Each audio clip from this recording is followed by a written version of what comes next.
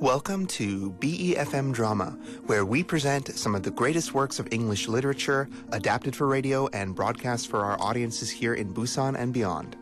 This week, we'll be presenting another classic story from the Sherlock Holmes canon of Sir Arthur Conan Doyle, The Redheaded League, an unusual story that Conan Doyle once listed among his favorites.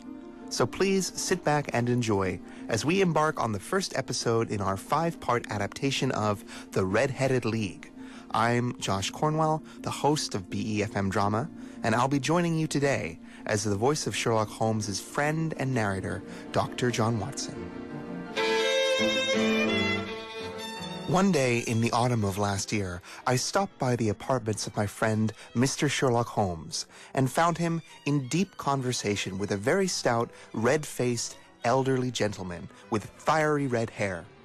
I apologized for my intrusion and was about to leave when Holmes pulled me abruptly into the room and closed the door behind me. You could not possibly have come at a better time, my dear Watson. I was afraid that you were engaged. So I am, very much so. Then I can wait in the next room. Not at all, Mr. Watson. This is my friend, Dr. Watson. He has been a partner and helper in many of my most successful cases, and I have no doubt that he will be of great use to me in yours as well. The stout gentleman half rose from his chair and gave a bob of greeting, with a quick, questioning glance from his small, fat, encircled eyes.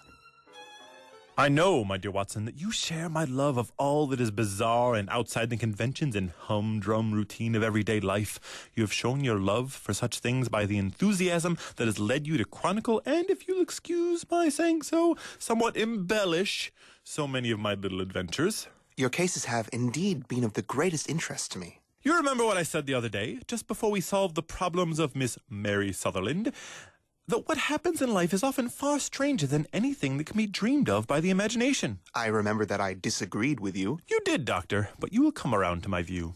Otherwise, I'll just keep piling on examples until you break down and admit that I'm right. Case in point, Mr. Jabez Wilson here, who has been kind enough to visit me this morning with a story which may turn out to be among the most unusual I have ever heard. I've told you before that the strangest and most unique details are often connected with smaller crimes rather than big ones. Sometimes cases leave doubt that any crime has actually been committed at all.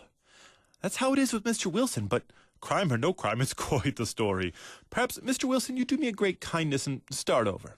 I ask that you, not just because Dr. Watson missed the opening part, but because the peculiarities of the story make me anxious to hear every possible detail. Usually once I've heard some details about a case, I'm able to lean on my knowledge of thousands of similar cases to guide me. In this instance, however, I am forced to admit that the facts are, to the best of my knowledge, unique. The fat client puffed his chest out with pride at Holmes's comments and pulled a dirty, wrinkled newspaper from the inside pocket of his coat. As he worked his finger down the advertisement column with the paper flattened out on his knee, I took a good look at him and tried, in the style of my companion, to read the signs presented by his dress and appearance. I did not learn much. Our visitor seemed a perfectly average British tradesman, obese, pompous, and slow-witted. He wore baggy gray shepherd's trousers, a long, unbuttoned black coat in need of a wash, and a drab waistcoat with a heavy brass watch chain. There was a square bit of metal with a hole in its center worked into the chain as an ornament. A frayed top hat and faded brown overcoat lay on a chair beside him.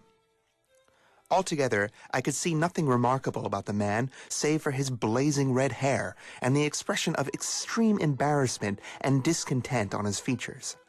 Sherlock Holmes's quick eyes took in my examination of the man, and when our eyes met, he shook his head with a smile at my questioning expression.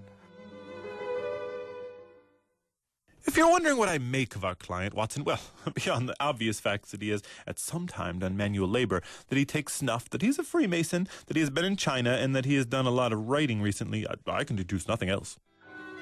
Mr. Jabez Wilson started up in his chair with his forefinger upon the paper, but his eyes upon my companion. How, in the name of good fortune, did you know all that, Mr. Holmes? I did manual labor, it's true. I began my career as a ship's carpenter. But how did you know? Your hands, my dear sir. Your right hand is quite a size larger than your left. You have worked with it, and the muscles are more developed. Well, the snuff, then, and the Freemasonry? I won't insult your intelligence by telling you how I read that, especially as, rather against the strict rules of your order, you wear an arc and compass breastpin. Ah, of course. I forgot that. But the writing... Well, what else can be indicated by the right cuff of your shirt being so shiny, while the left one has a smooth patch near the elbow where you rest it on the desk as you work? Well, but China? Well, that lovely little fish you have tattooed just above your right wrist could only have been done in China. I've made a small study of tattoo styles and even contributed to the medical literature on the subject. That trick that's been used to delicately stain the color of the fish's scales is quite peculiar to the port cities of China when, in addition, I see a Chinese coin hanging from your watch chain. The matter becomes even more simple. Well, I never... I thought at first that you had done something clever, but I see that there was nothing clever in it at all. I think, Watson, that I make a mistake in explaining myself. The less others know, the more impressive I appear. My poor little reputation will suffer a shipwreck if I'm too honest.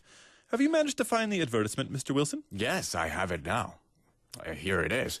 This is what began it all. You just read it for yourself, sir. I took the paper from him and read as follows.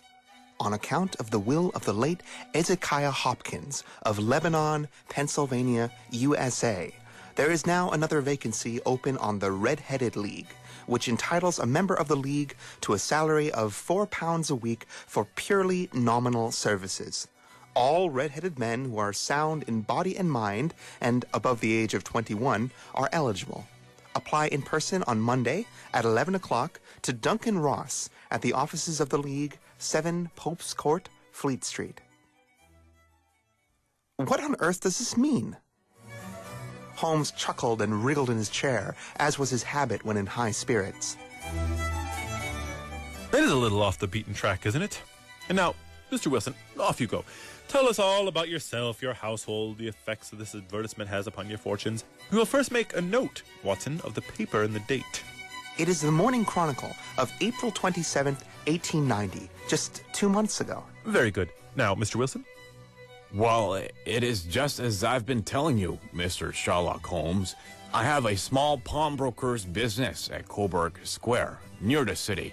It's not a very large venture, and these days it does little more than just barely give me a living. I used to be able to keep 2 assistants, but now I only have 1, and I would have a hard time paying him if he wasn't willing to come for half wages so as to learn the business. What is the name of this obliging youth? His name is Vincent Spaulding, and he's not a youth either. It's hard to say his age, but I could not wish a better assistant, Mr. Holmes. I know well he could do better and earn twice what I am able to give him. But if he is satisfied, why should I put ideas in his head? Why, indeed. You seem most fortunate in having an employee working at under the full market price. It is not a common experience for employers these days.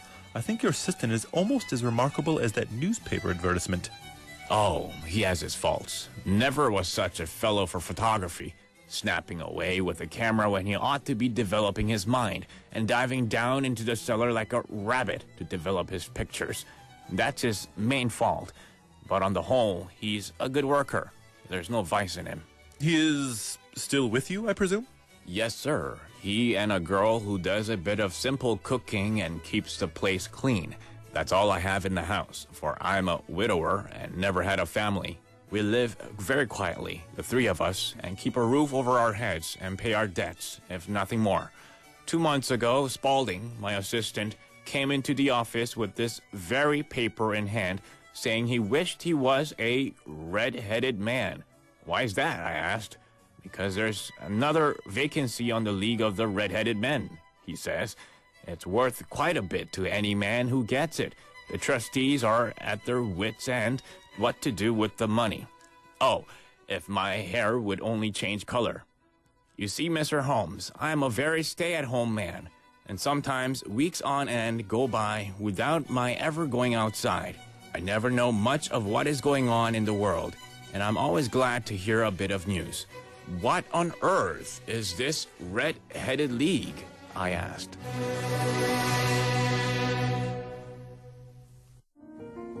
Indeed, what is this mysterious Redheaded League?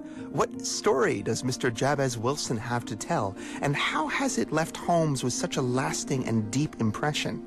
Tune in tomorrow evening to find out as we continue our 5-part adaptation of The Redheaded League on BeFM Drama. From our studio in Busan, this is your host, Joshua Cornwell, signing off for tonight.